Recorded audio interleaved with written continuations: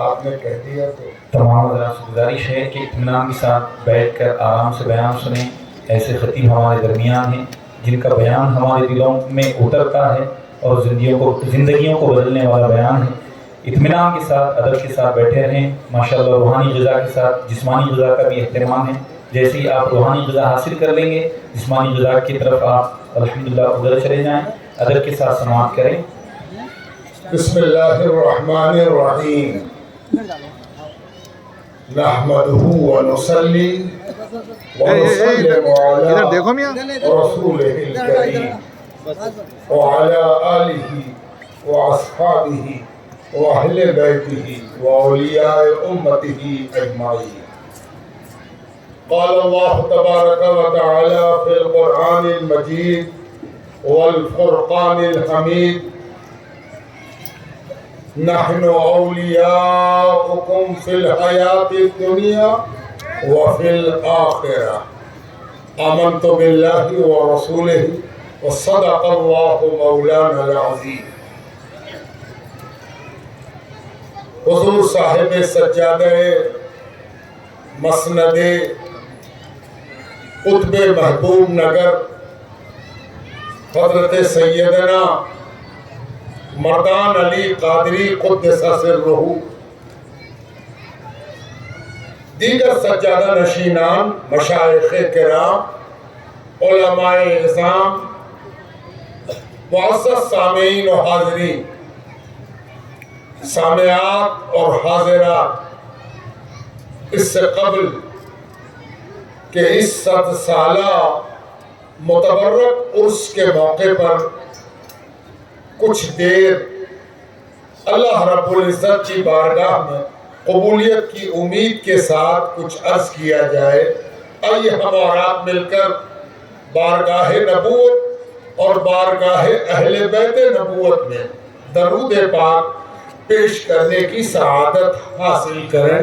اللہم صلی وسلم علی سیدنا و مولانا محمد وعلى آل سيدنا ومولانا محمد الذي كان عليا في درجاتي حسنا في صفاتي شهيدا في تجلياتي زين العابدين باقر علم الأولين والآخرين صادقا في أقوالي كاظما في جميع أحوالي متمكنا في مقام الرضا جوادا كفه عند العطاء هاديا الى سبيل النجاة عسكريا مع العظاء مهديا الى طريق اليقين صلوات الله وسلامه عليه وعليهم اجمعين۔ سبحان اللہ۔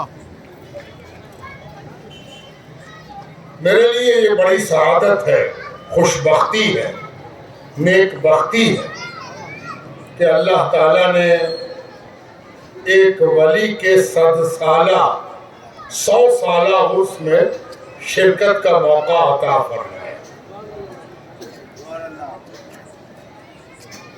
یہ میری دوسری حاضری ہے۔ ایک بار بوگی شریف جاتے ہوئے یہاں اتبا بوسی چوکھٹ چومنے کا موقع ملا تھا، اور اسی دن اس کے امکانات پیدا ہو گئے تھے کہ شاید 22 رجب کو میری حاضری ہو جائے۔ سبحان اللہ، سبحان اللہ۔ یہ اللہ تعالیٰ کا فضل اور کرم ہے کہ اس نے 22 رجب کو امام جعفر صادق کی ایک اولاد کے دروازے پر ہمیں نعرہ مستانہ لگانے کو پہنچا دیا۔ سبحان اللہ۔ یہ بزرگوں کا، ولیوں کا، اللہ کے دوستوں کا معاملہ بڑا نازک ہوتا ہے۔ بہت سے لوگ اس بارگاہ میں عقل کی بیساکھی لگا کر آنے کی کوشش کرتے ہیں، اور عقل کی بیساکھی کے ساتھ اگر کوئی بزرگوں اور ولیوں کی بارگاہ میں آتا ہے تو یہ بیساکھی ازل سے ابد تک دھوکہ دینے کا فیصلہ کر چکی ہے۔ اللہ اکبر۔ آسمان پر بھی یہی ہوا تھا اور زمین پر بھی یہی دہرایا جا رہا ہے۔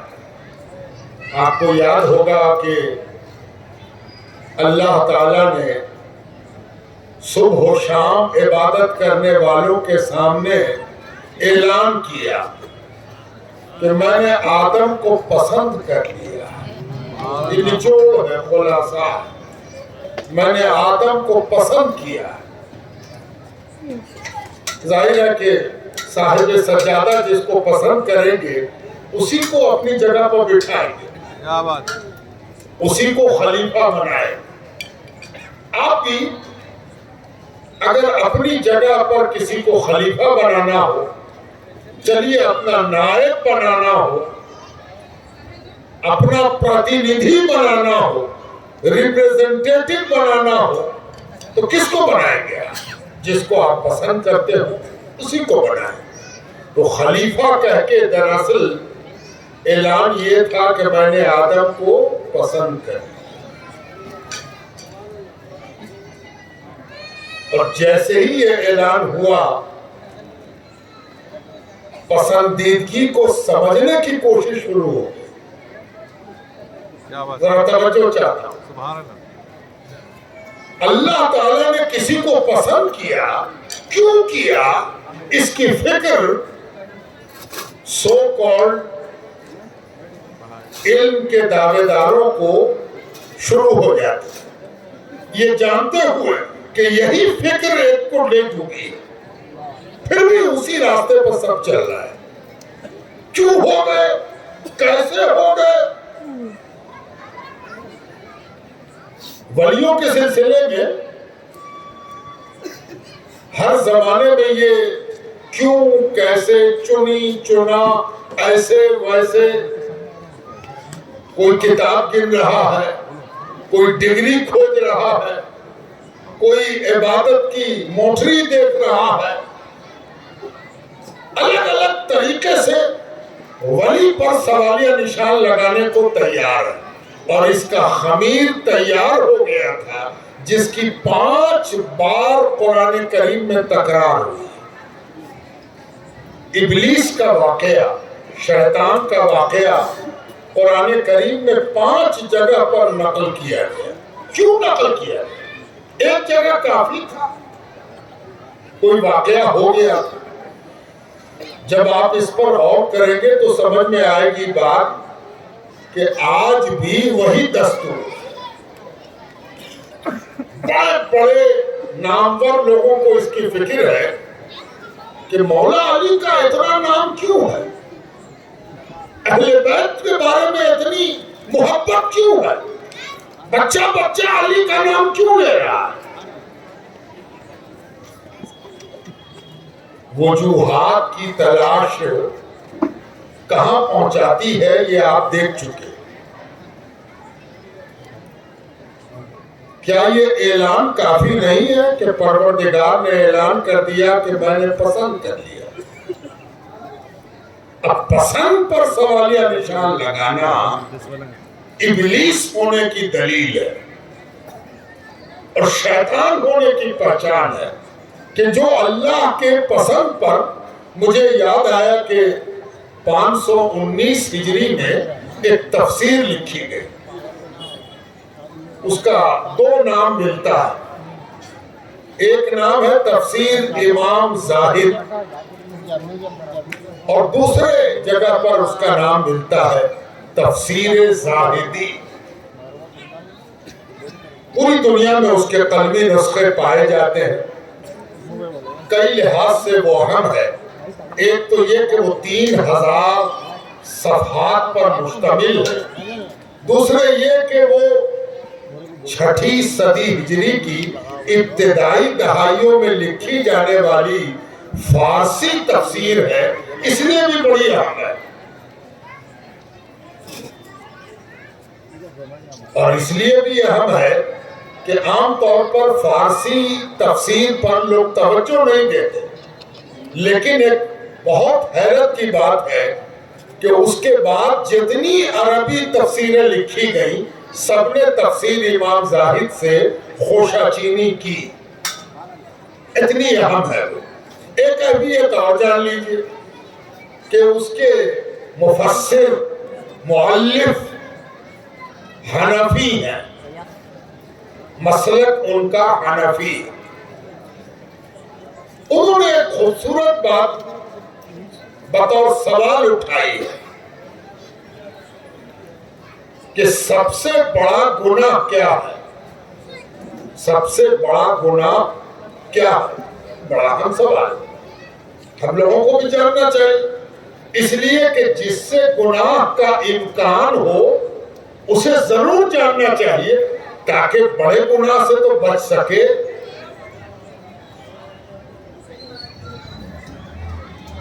میں جب یہ مضمون بیان کرتا ہوں تو ایک ٹپ بھی دیتا ہوں، مدد بھی کرتا ہوں کہ اگر آپ کو فیصلہ کرنے میں دقت ہو کہ سب سے بڑا گناہ کیا ہے تو ایک آسان سی بات ہے کہ آدمی بڑا گناہ طے کرتے ہوئے سزا پر نگاہ رکھے، جس گناہ کی جتنی سزا ہوگی اسی اعتبار سے گناہ بڑا ہو۔ اب ایک گناہ ہے اس کی سزا ہے 1 دن کی قید، دوسرا گناہ ہے اس کی سزا ہے 1 سال کی قید بامشقت،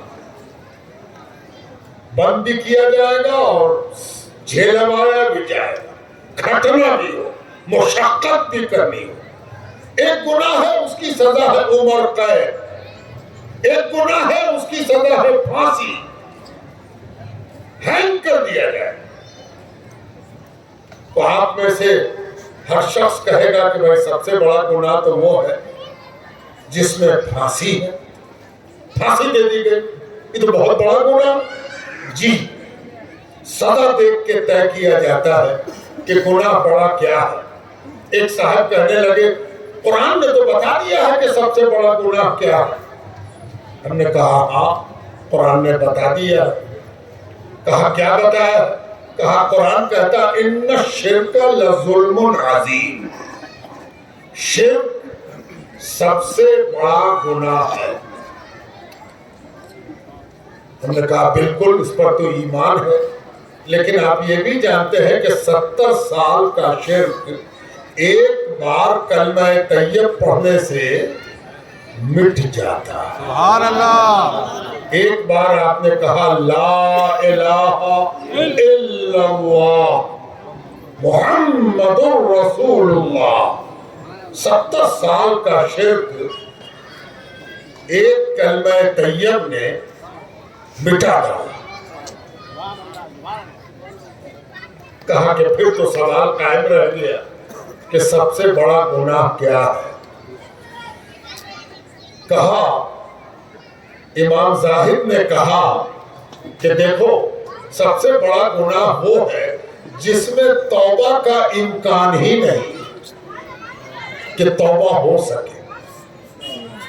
آپ تو جانتے ہیں کہ توبہ کا وقت کب تک ہے؟ جب تک کہ روح نکل لگا۔ خر موت کے وقت کو ضروری نہیں کہ سب کو ہو، لیکن ایک عام پہچان یہ ہے کہ موت کے وقت جب آخری سانس آدمی لیتا ہے، یہ بیان یہاں ضروری ہے اس لیے کہ خانقاہیں موت کی تیاری کراتی ہیں۔ خانقاہوں کا کام ہے کہ وہ زندگی کی چمک دمک سے باہر لا کر موت کے بارے میں سوچنے کا موقع فراہم کرتی ہیں، اور کہتی ہیں کہ اپنی روزانہ کی مصروفیتوں میں ایک بات پر توجہ رکھا کرو کہ کون سا کام موت کے لیے کر رہے ہیں۔ اپنی مشغولیت کو شارٹ لسٹ کرو، کم کرو، اور دیکھو کہ موت کے لیے کیا ہے۔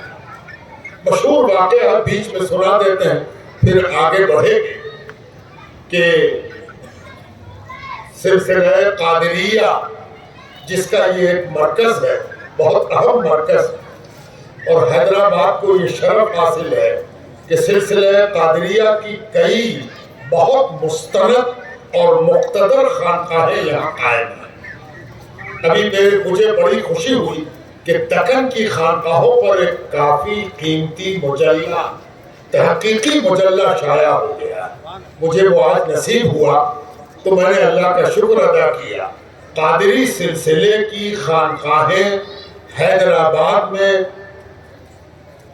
مرکزی حیثیت کی حامل رہی ہے، اور ایک خانقاہ یہ بھی قادری ہے، اور یہ قادری سلسلہ بڑا اہم ہے جو حضرت سید مردان علی شاہ علیہ الرحمہ والرضوان تک پہنچا، اس لیے کہ یہ وہ قادریہ سلسلہ ہے جو ہندوستان میں ایک نادر شیخ سے آگے بڑھا ہے، اور اس شیخ کا نام ہے شیخ بہاؤالدین ابراہیم بن عطا انصاری۔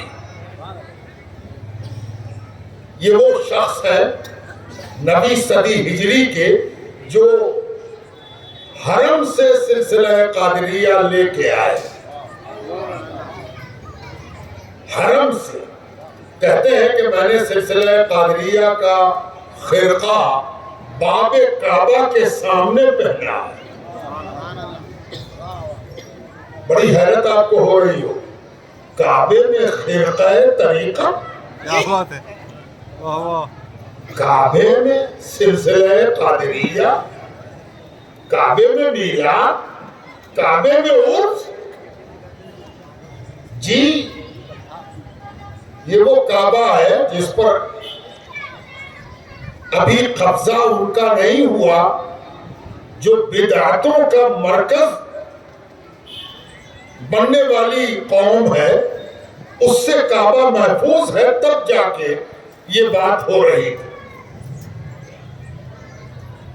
انہوں نے بہاؤالدین ابراہیم بن عطا انصاری نے باب کعبہ کے سامنے قادریہ سلسلے کا خرقہ پہنا، اجازت حاصل کی، خلافت حاصل کی۔ اللہ اکبر۔ اور وہی خرقہ آگے بڑھتا ہوا حضرت مردان علی کو پہنچا۔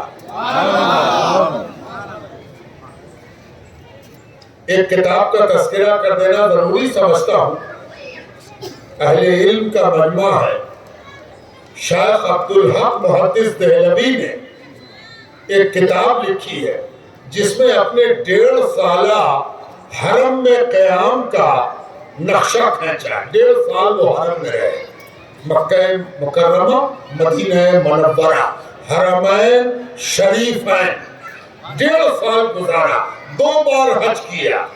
اس کا نام رکھا زاد المتقین۔ ابھی وہ چھپ گئی، پہلے چھپی نہیں تھی، قلمی صورت میں تھی، زاد المتقین۔ اس میں 1.5 سال کے عرصے میں یہ بیان کیا ہے کہ حرم کا گوشہ گوشہ ہم نے چھان مارا، حرم ہی میں رہنا، پڑھنا وہی، اجازت وہی، عبادت وہی، تعلیم وہی، مطالعہ وہی، تحقیق وہی، مشاہدہ وہی۔ اور میں نے کیا دیکھا؟ قادری سلسلے کا عرس، سرکار غوث پاک کا عرس حرم شریف میں کہاں ہوتا ہے، یہ میں نے اپنی آنکھ سے دیکھا اور اس میں شامل ہوا۔ سبحان اللہ، سبحان اللہ۔ کس سلسلے کا درویش، کس سلسلے کے مشائخ حرم شریف کے کس گوشے میں بیٹھتے ہیں، یہ شیخ عبدالحق سے سنیے زاد المتقین کے اندر۔ اس لیے یہ کہنا کہ عرب میں تو یہ سب نہیں ہوتا،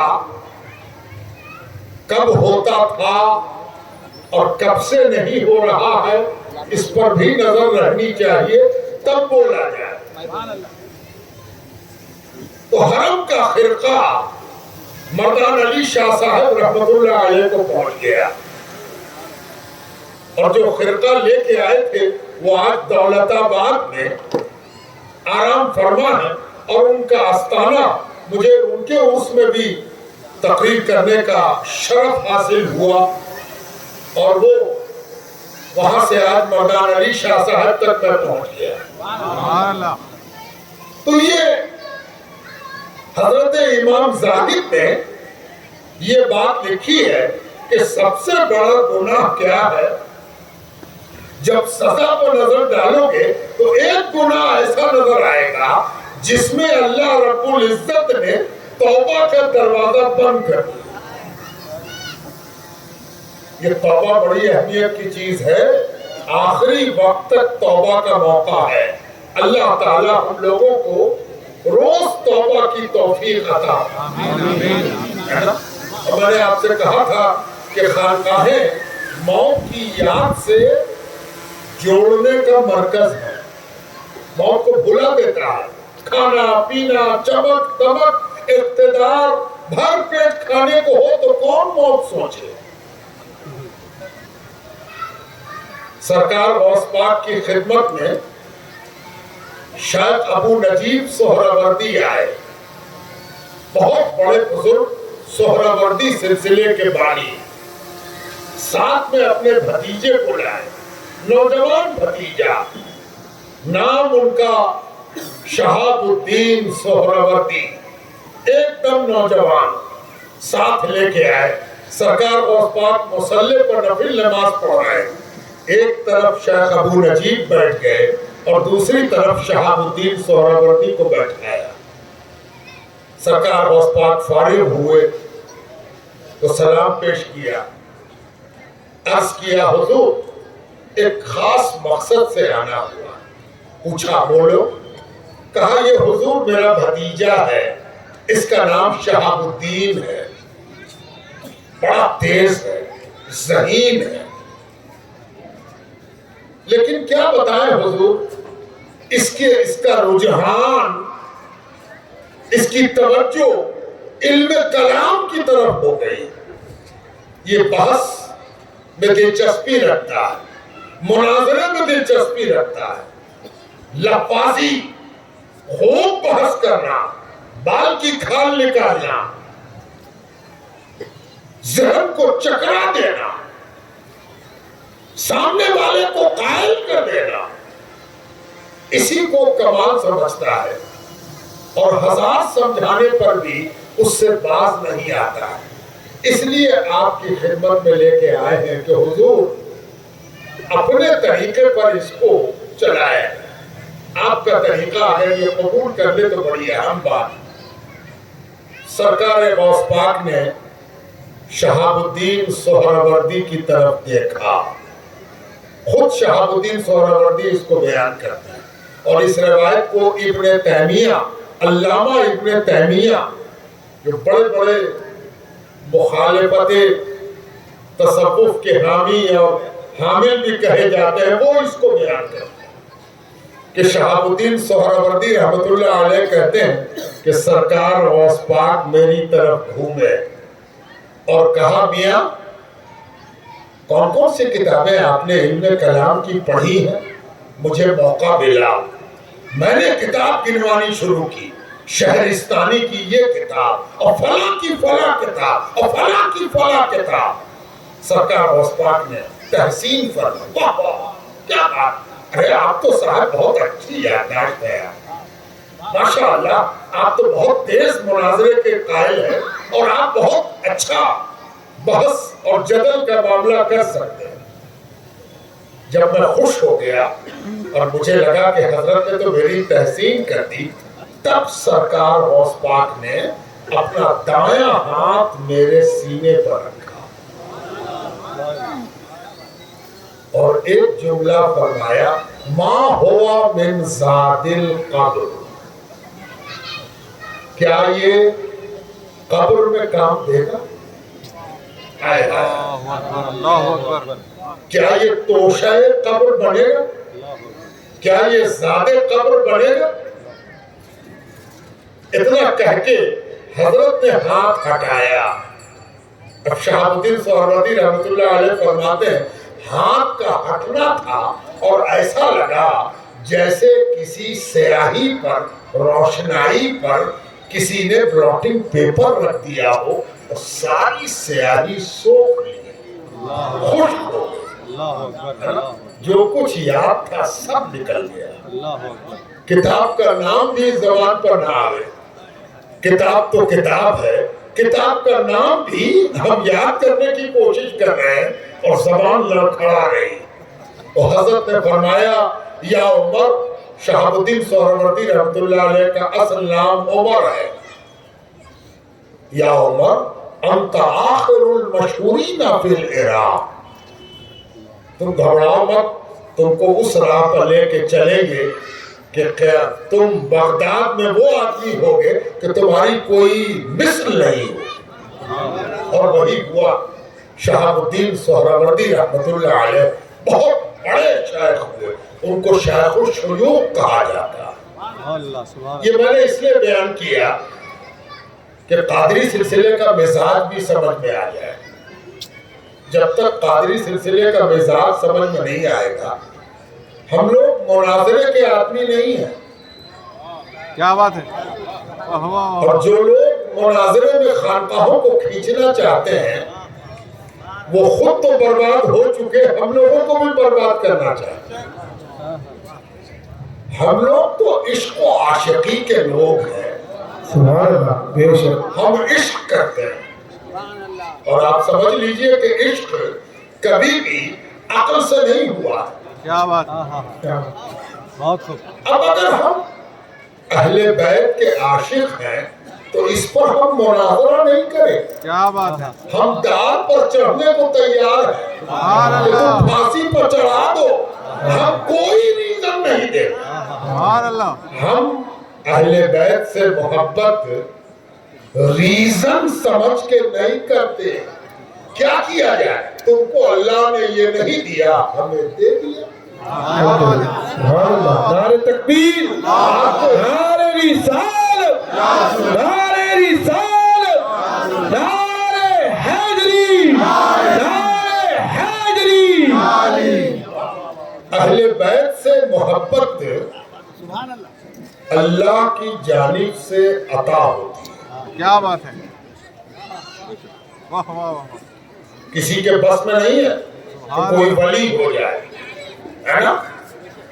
شیطان بہت چاہتا تھا کہ ولی ہو جائے، ہے نا. اچھا، شیطان کو جو ولایت کی فکر تھی اسی حسد میں وہ حضرت آدم کا دشمن ہو گیا. اس نے سمجھا تھا کہ میرا اعلان ہوگا، اعلان حضرت آدم کا ہو گیا، ہے نا. یاد رکھیے، ولی چاہنے سے نہیں بنتا آدمی، ہے نا. وہ آپ نے پتہ نہیں وہ واقعہ سنا کہ نہیں سنا. ولی کیا ہوتا؟ اللہ سے قریب ہوتا، اللہ سے نزدیک ہوتا، رحمت الہی سے نزدیک ہوتا. بھلا کون نہ چاہے کہ ہم نزدیک ہو جائیں؟ آپ بھی چاہیے گا، ہم بھی چاہیں. تمنا تو ہونی ہی چاہیے کہ نزدیک ہو جائے. وہ آپ نے سنا ہوگا وہ واقعہ کہ ایک روز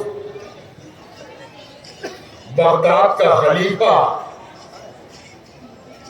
بغداد کی ندی دریا کے کنارے اپنے محل کے چھت پر ٹہل رہا. ہارون رشید ٹہل رہا. ٹہلتے ٹہلتے اس کی نظر دریا کے کنارے کی طرف پڑتی ہے. وہ غور سے دیکھا اس نے کہ ایک آدمی دیوانہ سا ہے، الگ ہے، بالکل دیوانگی اس پر سوار ہے.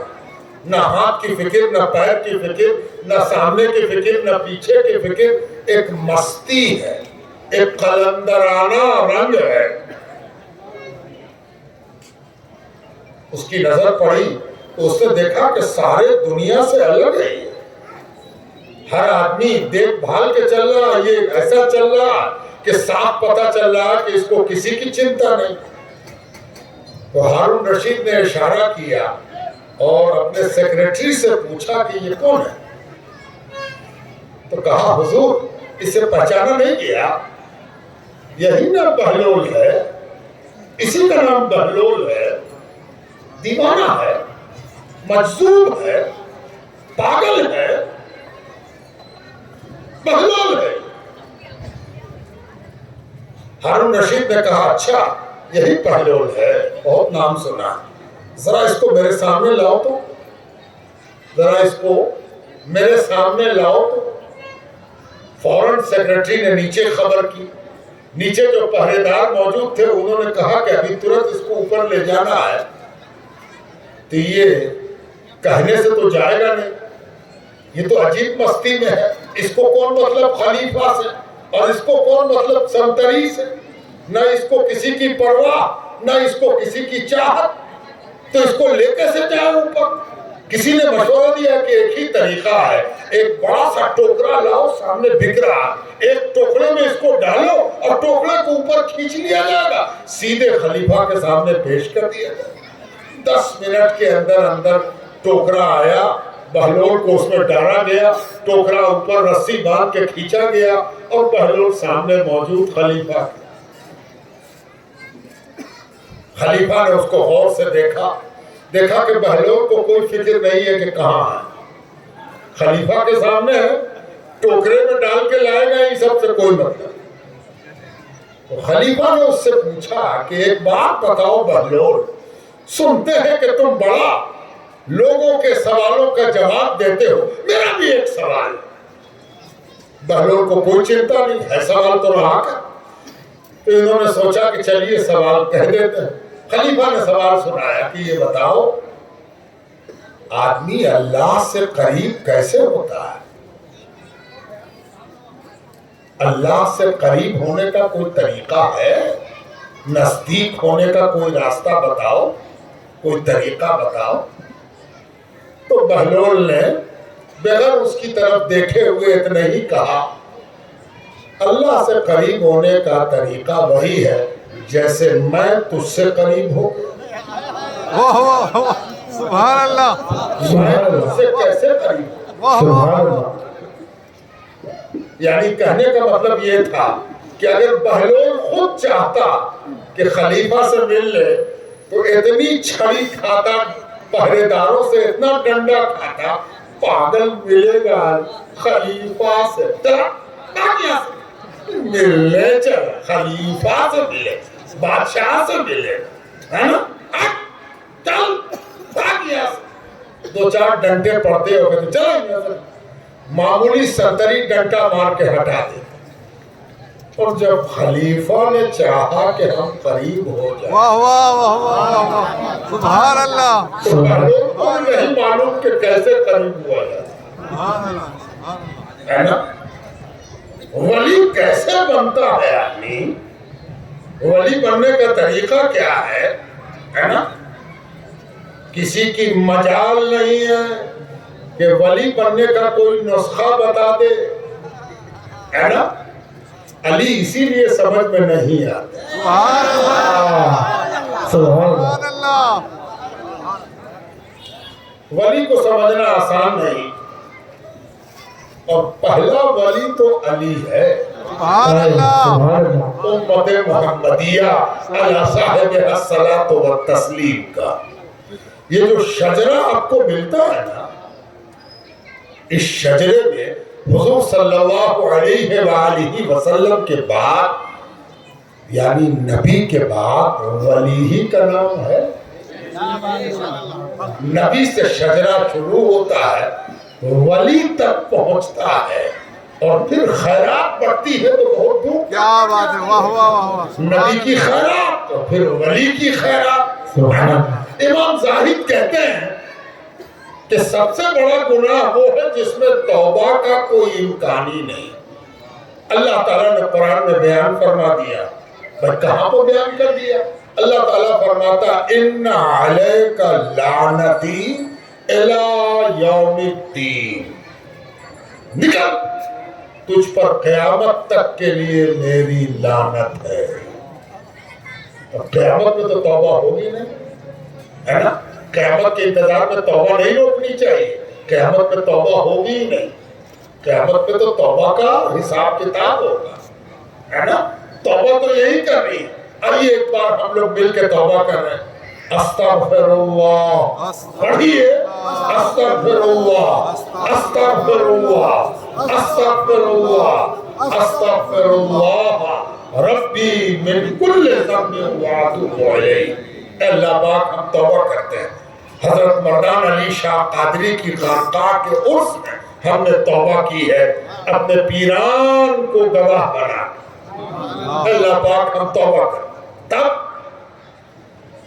تیرے اوپر قیامت تک کے لیے میری لعنت ہے۔ کس سے کہا پروردگار؟ کون ہے یہ ابلیس ہے۔ اس کا قصور کیا کہ یا اللہ کو ایک نہیں جانتا؟ اس نے شرک کیا؟ جی نہیں، شرک نہیں کیا۔ اس کا گناہ کیا ہے؟ اس کا گناہ کیا ہے؟ پلے باندھ کے لے جاؤ اس کا گناہ۔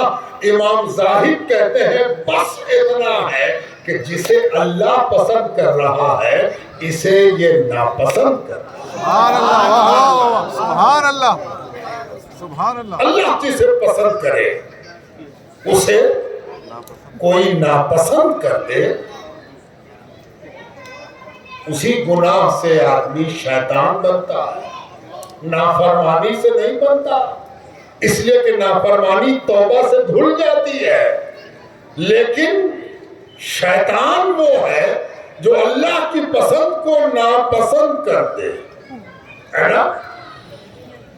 پتہ نہیں حدیث کی کتاب میں حوالے نہیں دیتا، اس لیے کہ وہ حوالے دینے کے فائدے نہیں ہیں۔ اتنی دلیل دے دی گئی تراویح پر، تراویح سمجھ میں نہیں آئی تو دلیل دے کے ہوگا کیا؟ ہے نا؟ تو اب سوال یہ اٹھتا ہے کہ خیبر کا میدان ہے، کئی دن گزر چکے ہیں، حملہ جاری ہے، کیا بات ہے، ٹکریاں جاتی ہیں، لشکر جاتے ہیں، سردار جاتے ہیں، جھنڈا لے کے جاتے ہیں، ایمان کے ساتھ جاتے ہیں، اخلاص کے ساتھ جاتے ہیں، لیکن خیبر کی فتح تو اللہ کی پسند پر رکی ہوئی کیا بات ہے، واہ واہ، سبحان اللہ۔ ہے نا؟ اللہ تبارک و تعالی خبر دیتا ہے اپنے حبیب کو، اور حبیب آواز دیتے ہیں۔